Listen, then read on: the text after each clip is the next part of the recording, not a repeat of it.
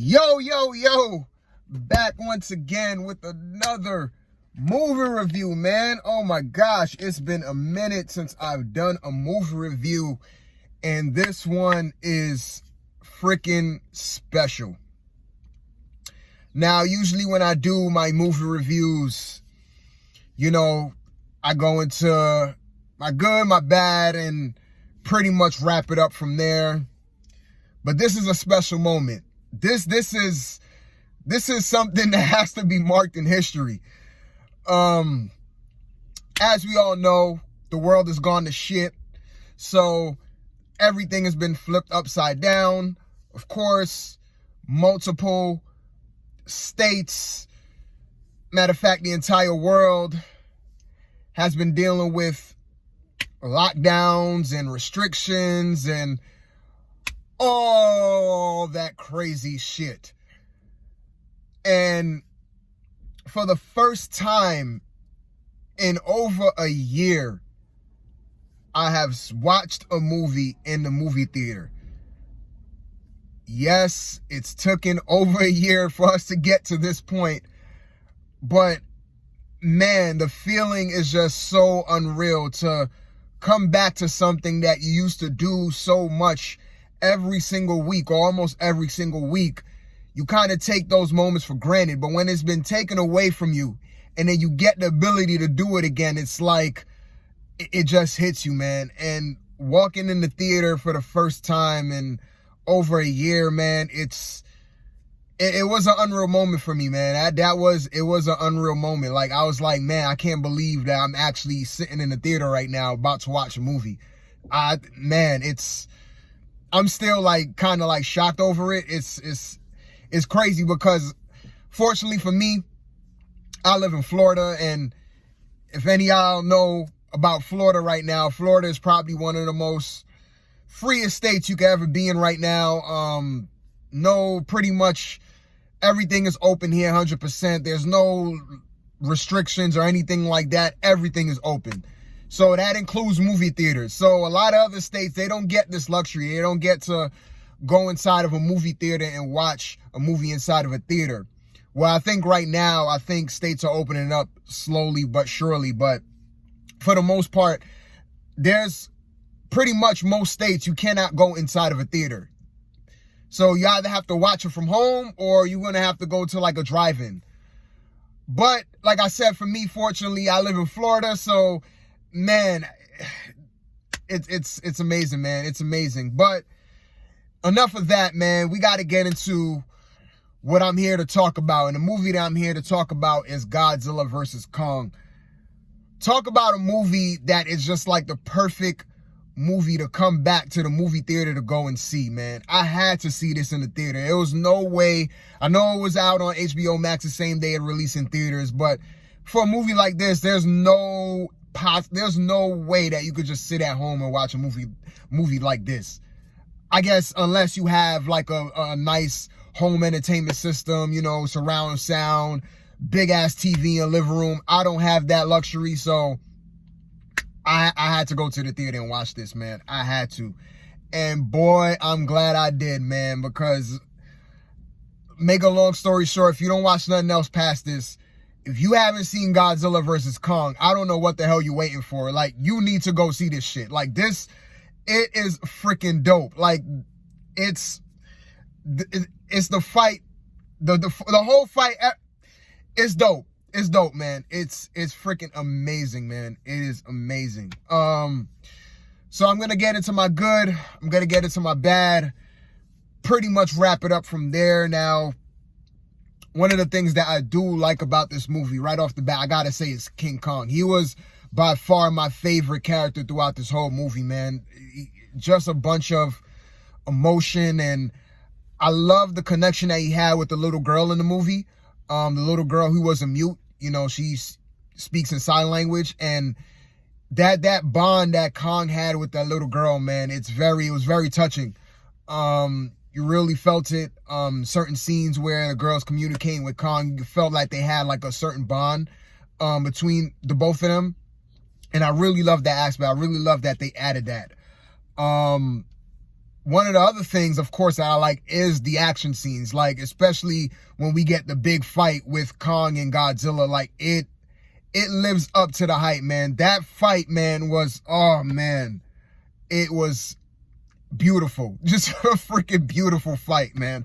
Beautiful fight. And they did not cheat us out. There was a clear-cut winner in this. Like, it wasn't no, like, okay, there was a winner. I don't know if I'm going to go into spoiler territory here, but man, it's that fight was worth it. Like, if you don't watch it for nothing else, watch it for the fights, man. The special effects was great. They fought in the nighttime and in the day, so you get to see both sides. And also, other thing I like too is that throughout all the newest Godzilla movies, one of the biggest problems with these newest Godzilla movies is when they do the fight scenes at night, it's kind of hard to see what the hell is going on, especially when you have big monsters fighting against one another and the lighting is just so dark.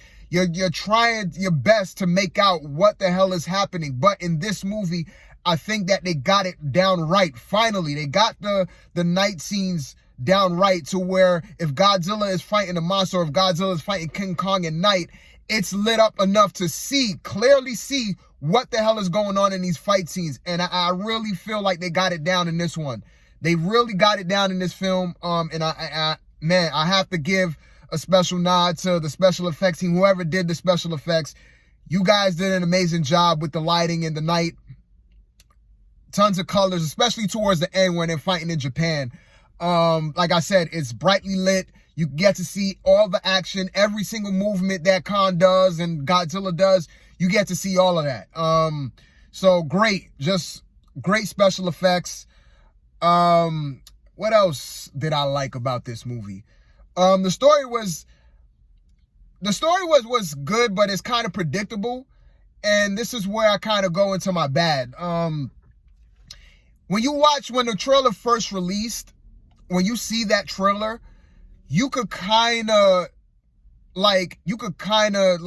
get a sense of what this movie is about, and clearly what's going to take place in this movie just by watching the trailer.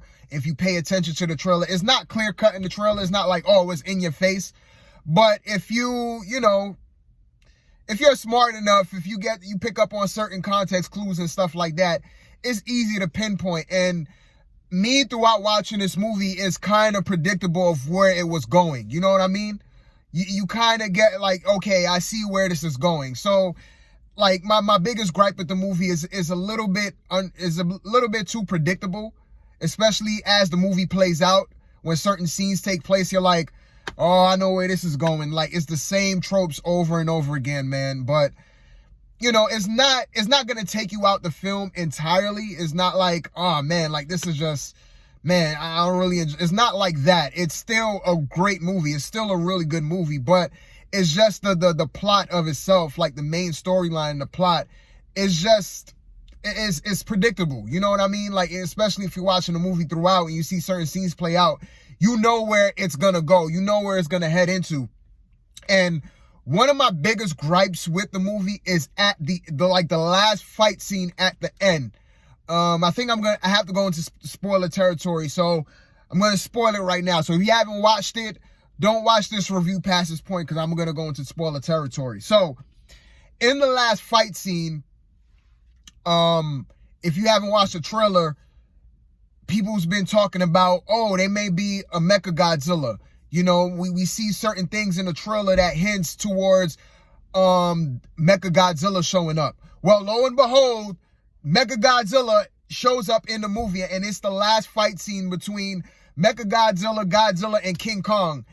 And, like, Mechagodzilla is just whooping ass. Like, he's just freaking dragging Godzilla all throughout the city, like bashing his head against the skyscraper buildings, all of that. Like, yo, he is whooping ass. Like, he is taking no names. And then Kong comes in, because in the fight between Godzilla and King Kong, Godzilla won. He won the fight. Pretty much clear cut.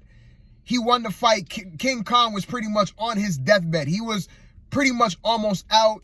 But he got resurrected by part of the team that took him down to Hollow Earth, where King Kong is from. Like, that's his home.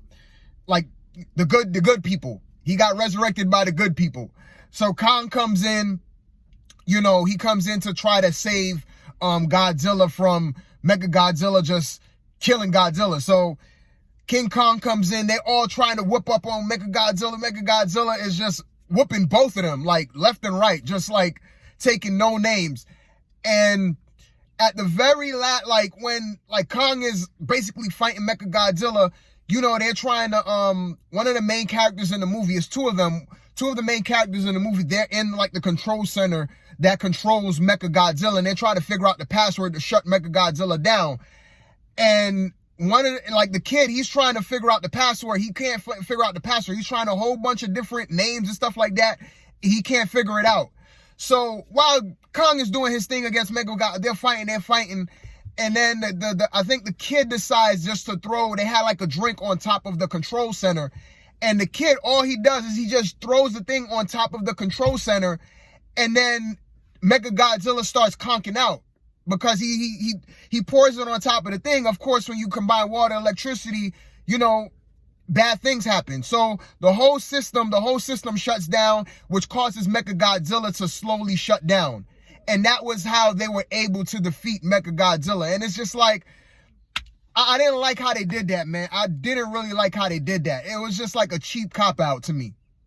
To me, that was a cheap cop-out. Like, I would have rather seen Kong defeat Mechagodzilla without that. Like, if he would have just straight up came back and whooped Mechagodzilla's ass, that's what I wanted to see, because it looked like Kong was coming back and he was gonna beat Mechagodzilla. But when they poured the freaking water on the electric board or whatever that was controlling Mechagodzilla, that's how they were able to defeat Mechagodzilla. And it was just like, at that point, it's just like, oh, after all of that, like, that's how y'all defeat him? Like, that's how he goes? Like, to me, that was bad. That was bad. I don't know why they wrote that in the script.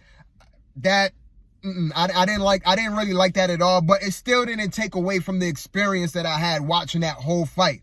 It was a dope fight. That was probably one of the best fights I ever seen in a movie like this. Like, the fight was worth it. It was like Ali versus Frazier. It was dope. Like, even the very first fight where we get, like, I think it happened like in the middle of the movie, or I say more so in the beginning of the movie. We seen this in the trailer when they're transporting Kong out of his control center, and they're about to take him down into Hollow Earth.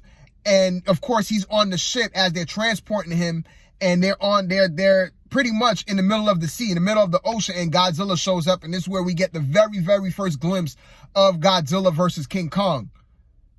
You know what I mean? And yeah, I lost my train of thought there. I don't know why. I don't know where the hell I was going with that. But yeah, like we saw in the beginning, I know what I was talking about now. Yeah, in the beginning, when we saw that very first fight between Kong and Godzilla, like even that fight was pretty dope. You know, it was a short glimpse. It was like a nice little tease before we got to the main event. But it was a nice scene. It was a nice action scene between them two. And Kong got his good punches in, man. Like Kong, like, yo, throughout the fight, like, I gotta say, like, Kong, he was whooping up on Godzilla, man. Like, it was moments where I'm like, yo, Kong could take out Godzilla. He could definitely take out Godzilla, man. Like, he was coming back with the punches, and, like, they went underwater, and, like, Kong was, like, he double kicked them off of him, and it was dope, man. It was dope. And like I said, Kong, he's pretty strong. Even though Godzilla, he has the whole gamma beam and all of that, mega powerful, Kong, he was doing some damage. Like, he was no joke, especially when, and also the other thing too, we saw this in the trailer, he had the freaking Stormbreaker axe that Thor had. I know it's not called the Stormbreaker, but it's pretty much the same thing. Like, I thought that was dope, to give him that weapon to fight off, to help him fight Godzilla. Like, that was dope, man. That was dope. Like I said, that whole fight, from the very first fight in the sea to the end when they went to Japan, like, that whole freaking scene, it was beautiful. Like, the whole fight was freaking amazing. Absolutely amazing. Like, I think I'm going to go and watch it again for just the fight scene alone. I loved it. It's a solid movie.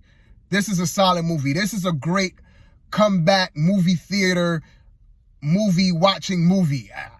That doesn't make any sense, but I am like extremely excited, man. I think Godzilla vs. Kong definitely lived up to the hype. It is one of the best movies of the year so far. That's probably not saying much because we're still in April, so we're still within the first quarter of the year. Well, I guess start of the second quarter. So we still got a long ways to go. We still got other movies coming out. We still got Black Widow, which doesn't have a date still. You know, we still, like I said, you still got other movies. Still got Mortal Kombat coming out this month.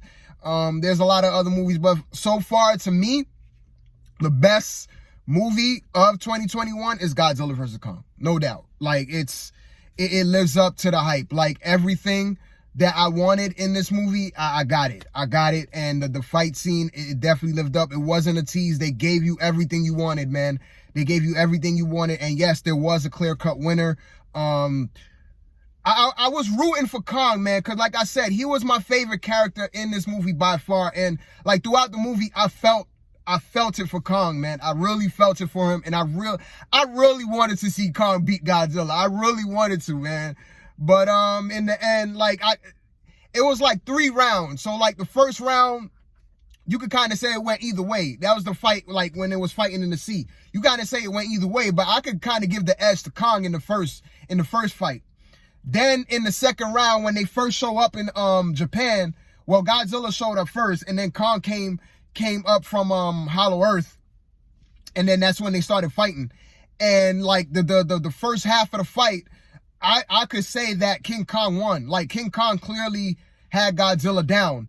And then Godzilla came back up, and that's when they fought again, and that's when Godzilla took out Kong. Because pretty much, yes, Kong was on his deathbed. He was pretty much close to dying, but he got resurrected by the good guys, and he was able to save Godzilla at the end of the day.